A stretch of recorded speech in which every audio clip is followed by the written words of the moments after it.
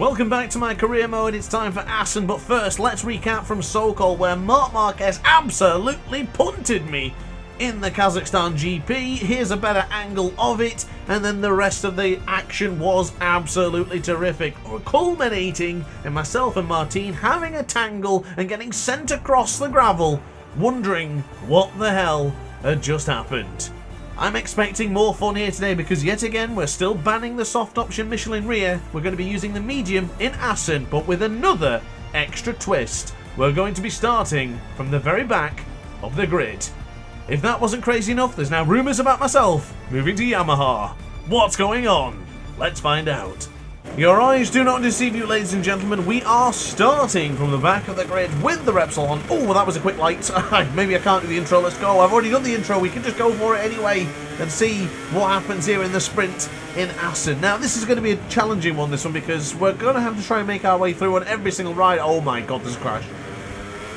Is it red flag? Nope, we're all good. Only one rider went down. It was one of the Aprilias, possibly an Air Bastianini, or possibly Miguel. How the hell am I included in that investigation? I did nothing wrong there. But yeah, this is going to be a challenging one, this one, because I am still sticking to our rule about banning the soft option Michelin tyres, slick tyres that is. And we're going to use the medium, starting from the back of the grid. Now, I really like the circuit of Assen, so I'm strongly confident that we can do well here today. The sprint is going to be difficult. It's only 7 laps to try and get through on every single rider. But for the race, I feel rather confident. And there is my teammate, Marco Bezzecchi, on board the Repsol Honda, of course. We are still nowhere near points for the sprint. We would be in the points for the Grand Prix, but right now we need to find more positions, which we're doing. I think it's Fabio Di Giannantonio who's in 11th, so it's the two gas of either Jack Miller and Augusto Fernandez, I think that is, who's in 9th place. So we need to get a little bit further up here. I think we can. I know the AI is a little bit slow going here into the Ramshook and then into the Giettima chicane. That's where they are quite slow. So hopefully we can sneak around the outside of my teammate and get through on an Air Bastianini, not able to do so, but we were able to navigate quite quickly past Marco Bezzecchi. Now onto the brakes. Yeah, as you can see, 12th is an Air Bastianini. He's gone wide. We can take advantage. Beautiful. Little wheelie mid-corner there through the hardlock as well. We still got through. Squeezing through on Fabio Di Giannantonio. Remember the last time I tried to squeeze on through? I took him out in Jerez. Oh, I had to position in front of him then. Probably not the safest of moves. Oh, I just bumped Jack Miller as well. Sorry, Jack. A little bit of a punt into the Struben corner for turn 5 here in Assen. One of my favourite overtaking spot. Oh my god, that was way too tight.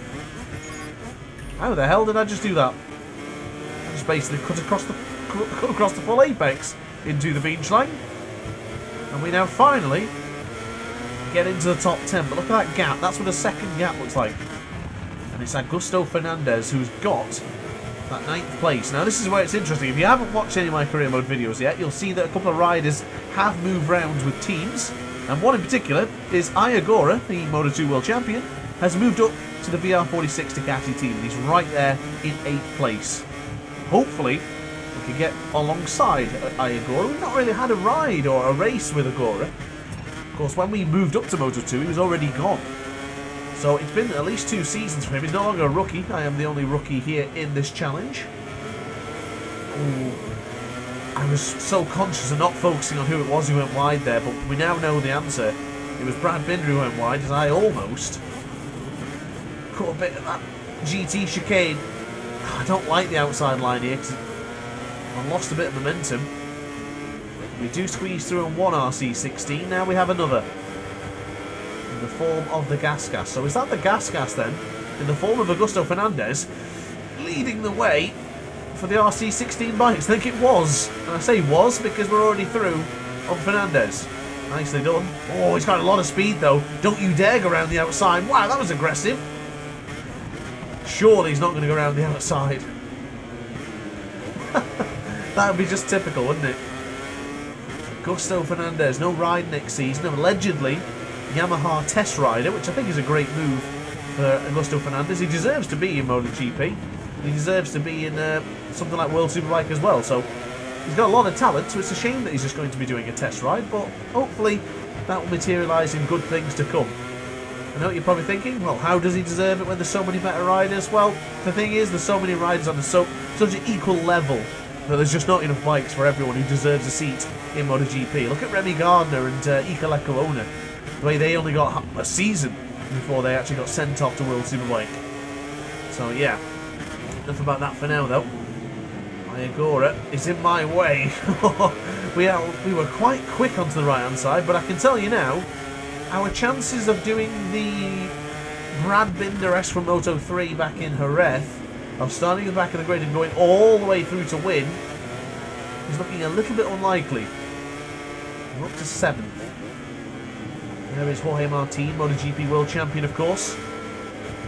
Pedro Acosta in 5th on board the Aprilia.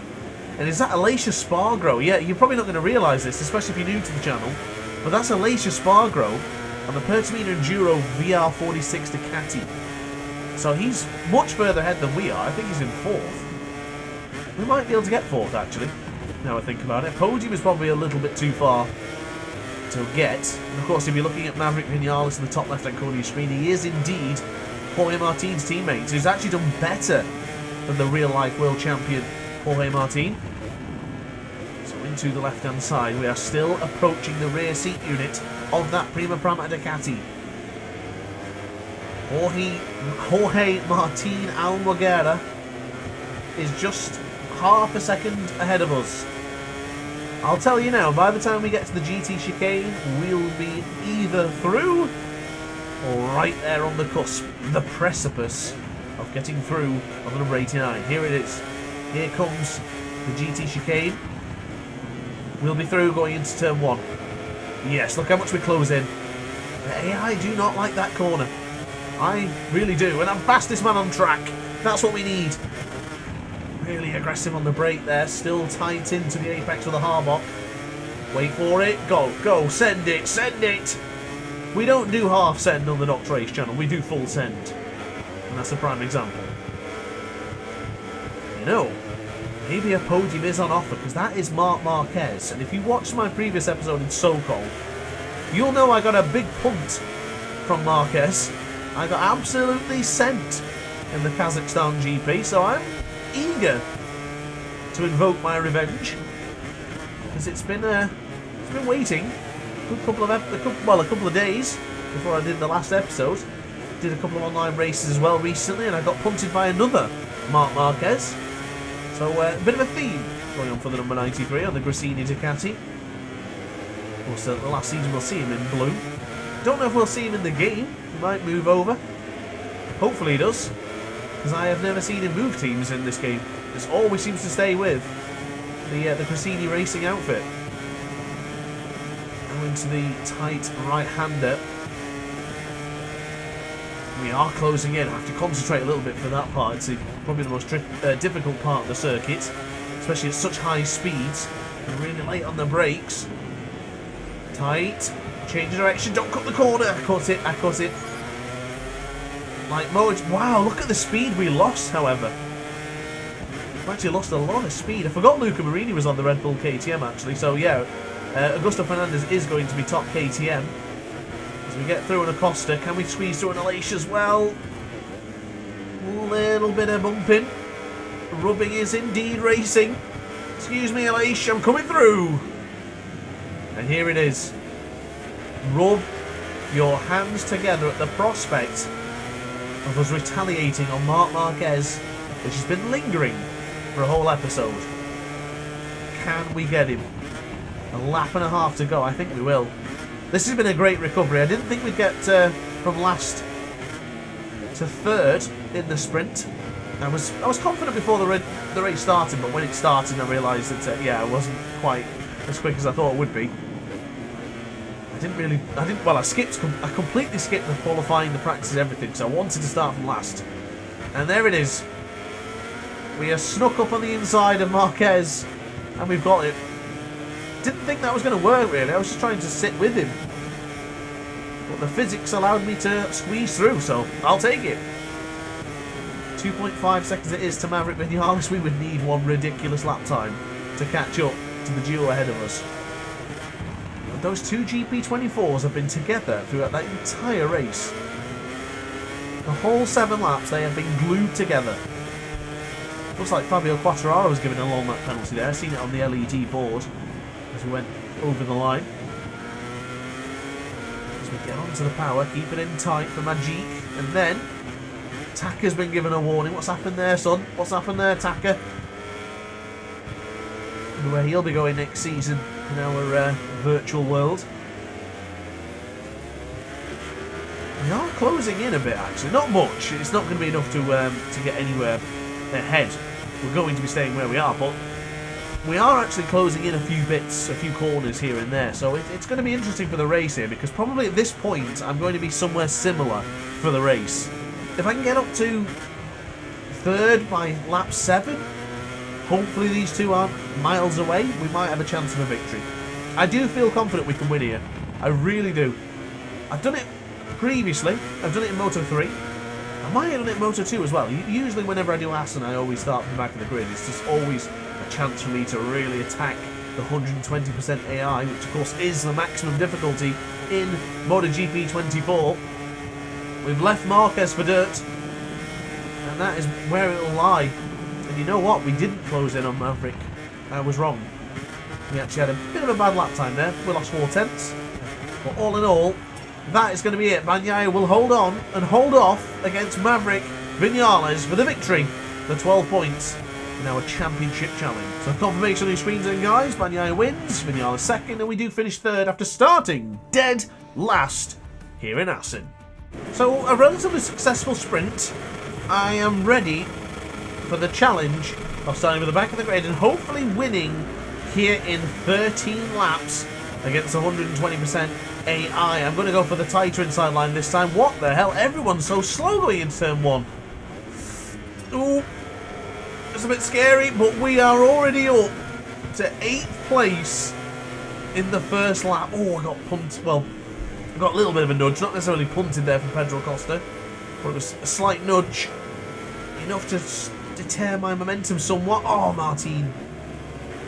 That was a good move, that from Martin. I tried to move in. I got an instant warning. I don't know for which part that was, but I had a warning. Well, I don't know. I don't remember what I did wrong there, but oh, look at that! Is it stuck? It has, look at that. That's a beautiful manoeuvre.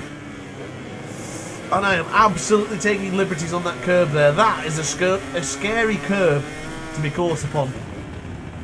I can't believe this. What a start. This is the start of dreams. And I must say, is it me? Or do they just feel quicker in the sprint? Or am I just quicker in the full race? I know that happens a lot when we do these videos with the aces and stuff like that. I do tend to get quicker as we go. But I don't know. It feels like they're a little bit slower. They didn't start as well. They definitely didn't start as well. We were able to rocket off the launch and go for the inside of a lot of them. But here, I'm going to go for Brad Binder. Thank you very much, son. Oh, scary moment. Marquez really slow. Come on, lift up. Whoa. God damn it. I hate how slow they are in that corner, because as the player, and especially when you play online, everyone's so fast going through that corner, but the AI, they're so slow. So I tried to get through on Brad Binder, and I realised that Marquez was so slow, so I tried to go the inside line for the GT chicane, and it did that weird glitch thing, where the bike just goes sideways. It's really strange how that happens, because of course, cast your minds back to Sokol in the previous round. Myself and Jorge Martin had a tangle together, and I did a bunny hop. Yeah, work that out. I don't know, it's just bonkers. But anyway, 0.4 of a second is Jorge Martin ahead of us. Ooh. I thought I cut the corner. My apologies. I didn't. I got away with it. If I did, I don't know. It looked like I did. But that's put me 3.4 seconds behind that us. I was right there with them as well. How much has that cost me? 3.3. Well, I can't work it out top of my head, but compared to where we were in the sprint, I'm pretty certain we were further behind than this at this stage of the race, but I don't remember what the gap was to Bagnaia and Vinales. And it's the same duo ahead. They're just comfortably at the front. Which is quite fitting, actually, because Bagnaia is impervious to the circuit, and Maverick Vinales has got a very good record here. Again, they're so slow into this corner. I am going to keep on getting caught up behind them every time. They're way too slow into that GT chicane. Look at Augusto Fernandez, by the way. 6th place for the KTM. That is really good. Well, 7th place now. Sorry, Augusto. But he might have a chance of being top RC16. Of course, Brad Binder there. And in 5th place. Now, what does concern me is I was strongly thinking about moving over to factory Yamaha next season. Just because I felt that we probably could win with the Repsol Honda. And I thought, well, if it's too easy with the Honda, let's try it with the Yamaha, and hopefully then it's going to be challenging. We'll see. But I don't see a Yamaha anywhere near the top 10. But then again, I also don't see a Honda anywhere near the top 10 that isn't myself. And I'm wide. Good lord. I am making this video difficult for myself, aren't I? 3.8 is the gap. I might have made too many mistakes already here. Look at that gap. Look at where they are in the distance. They're a little blur. A dot on the horizon, ladies and gentlemen. Yeah, I've got to book my ideas up a bit here. I need to be going quicker than Vinales. He's on a 31.6 at the moment. So hard onto the brakes. Keep it in tight. Touch the apex. Turn immediately. That's much better. Look at the difference. Look at the speed difference. Look at that. Fastest lap of the race just because of that one corner. We've got to enter the GT chicane at the right moment and at the right time to avoid any sort of slow rides ahead of us. That was quite an aggressive move on Brad Binder. I do apologise, Brad. He actually got punted onto the track limits, and then he got a warning for it too. That is quite annoying. Apologies, Brad. But I am a man on a mission, and I cannot afford to lose more time by you guys going slow. Aleix Espargaro in 3rd. That'll be his only podium with the Ducati team. And I'm going through a Marquez again. Excuse me, sunshine. That's twice I've got him now. Well, when Marquez, of course, started, well, had that big off in Jerez, of course, 2020. And then he carved his way through on the entire pack just to crash again. So I'm just hoping that mine is a similar story, but it doesn't end in a crash. It just ends in me winning. That would be absolutely stellar. We have 5/10 of a second already quicker than that previous lap time. We could be dicing, or at least enticing, a 1 minute 30 lap time. See, look at the difference when there's nobody there. Oh, yes, go on. Cross the line, 31.082. Yeah, we've got this. The only thing I've noticed, though, in the past is that for some reason, whenever I get into that position where I'm catching up to the duo ahead of us, or maybe just by Bagnaia, they do get a little bit of a speed boost. Almost like an opposite rubber banding effect. So I do wonder if that's going to take place when we catch up to Bagnaia. Now, of course, this is 120% AI. There's no adaptive difficulty on. But I still feel that happens ever so slightly. We'll see. We'll definitely see. Because my lap times in the moment, I reckon, are going to be very, very consistent around this sort of pace. There's not really anyone impeding me. And I should be able to enter the GT chicane without too much trouble. Because, well, then again, if I'm not throwing a Espargaro by turn 10... I might have to catch him into the GT chicane. I hope not. Because we're 2.6 seconds with 5 laps to go. It was 2.5 with 7, well, 2 laps to go. On lap 7, or lap 5 for lap 7, apologies I messed that up, but you know what I mean. In the lap 5 out of the lap 7 race, in the last one, we were 2.5 seconds and we weren't able to catch. Of course we were. Oh, Augusto Fernandez down, but look at that move up on the inside of Aleix Espargaro. Clean as you like. Clean as a whistle. And now, it's 2 seconds. 2 seconds to Maverick, 2.6 to Bagnaia. This is it. We've got more than 50% race distance now to catch up to Bagnaia and Vinales. Can we do it? Surely we can. With the medium tyres as well. With the soft option tyres, I probably already would have been winning this race. Maybe. Might be a little bit overconfident. But I know the soft option tyres are the tyres to use in MotoGP 24. 3.5-4 of a second. Oh, I definitely cut the corner there then. Apologies. I will take my metaphorical slap on the wrist. And I now have a second. Actually, I only have one track limit warning. The first one was an incident warning, which I still don't understand why I got. Well, yeah. Apparently I'd done something wrong. And I received an incident warning. So now, 2 seconds it is from Maverick Vinales. How many laps, what will I need to do to catch up to the former Moto3 World Champion? Oh, heck! What on earth was that?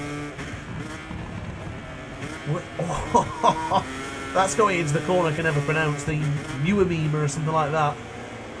Good lord. I lost a whopping amount of time there. 0.8. Good lord.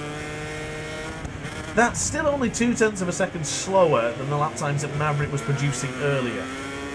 Okay, so that's a wasted lap, but we didn't lose time. I'm having to work hard for this. Yeah, this is going concentration mode here, ladies and gentlemen. Just Struben, keep it tight, keep it tight, keep it tight. Good. Fire on. Oh, not the wheelie. That's one thing I don't like about the medium rear, is I do get a lot more slide than I do with the soft option tyre. Again? A second lap in a row I've got another track limit warning. Oh, please don't get long lap penalties, because that's going to absolutely scupper our chances of victory here today. Too many times I've done this. I've battled, I've chased, and then I've had a track limit warning. And then I ended up doing a long lap penalty and ruining the race. Not today. No, thank you. Oh, God. Wide again. This is what I was saying earlier. This is exactly what I said earlier on. I am doing lap times that are producing the same times as my fastest lap, where I was taking chunks away from them. Now we're here, in third with no one ahead of us, clear track, and the gap is remaining the same. Oh, Marquez has gone. He must have gone the same spot that Augusto Fernandez did. 1.6, 1.7. We only took 0.3 of a second away from them. Which is about right, because if I'm doing 1:31.2s, they're doing roughly 31.56s. It's about right. The gap is coming down. There's plenty of time in this one. We don't need to panic. I want to be standing on the top of that podium, sipping the metaphorical champagne, the virtual champagne, the virtual Prosecco with Bagnaia and Vinales. Because at this point, Bagnaia is taking points away from my championship lead. He already won the sprint when I finished third. If I finish third again, that's another 9 points away from my championship lead. 1.4, 1.5. That's good. That's good into the debult corner. It's not my strong point, that. I really struggle into turn 9. We got it there. Here's the Mandovan corner. A little bit wider, keep it in tight. There you go, wide and then into tight line, that's beautiful. Must be careful here though, I'm a little bit sketchy about going over that curve again. You get through this one alright, that's fine, it's the Hoja, but for that one, it's a little bit nerve-wracking. Here we are then, hard onto the brakes. Keep it in tight, turn in early. Oh, turn in a little bit late there, but the gap is down to 1.1, 1.2. By the time we go over the Harbot corner, turn 1, that gap should be down to a second.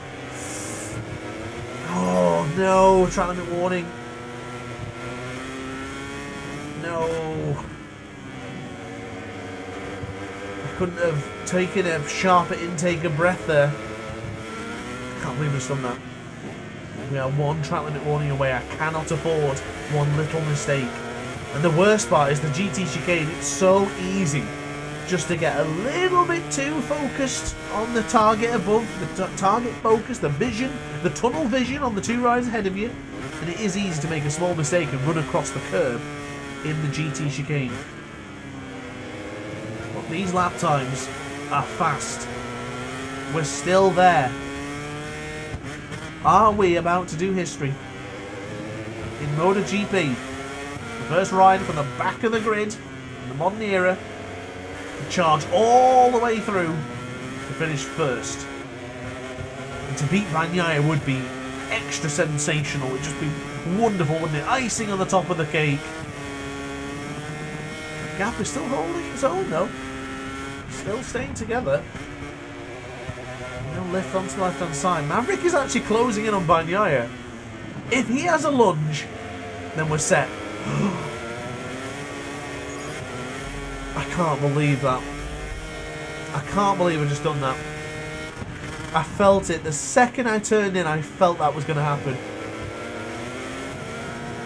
Oh, I got too fixated. Well, I'm not taking it yet.